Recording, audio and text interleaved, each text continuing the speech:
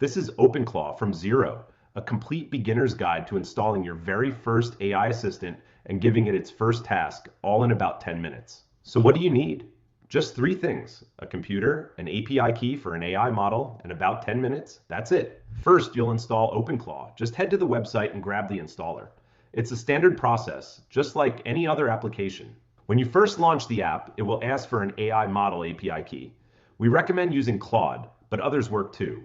Just paste your key in here. Next, you'll create a Telegram bot.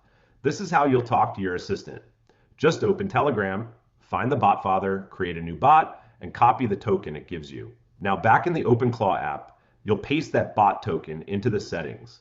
This is what connects your Telegram account to the assistant running on your computer. Finally, choose an empty folder on your computer. This will become your AI's workspace, its memory, where it keeps track of everything. And now you're ready. Open the chat with your new bot in Telegram and give it its first task. Try asking it to write a simple script and save it. You're all set. It's that simple. You now have a powerful AI assistant running locally on your own machine. Go ahead, see what you can build.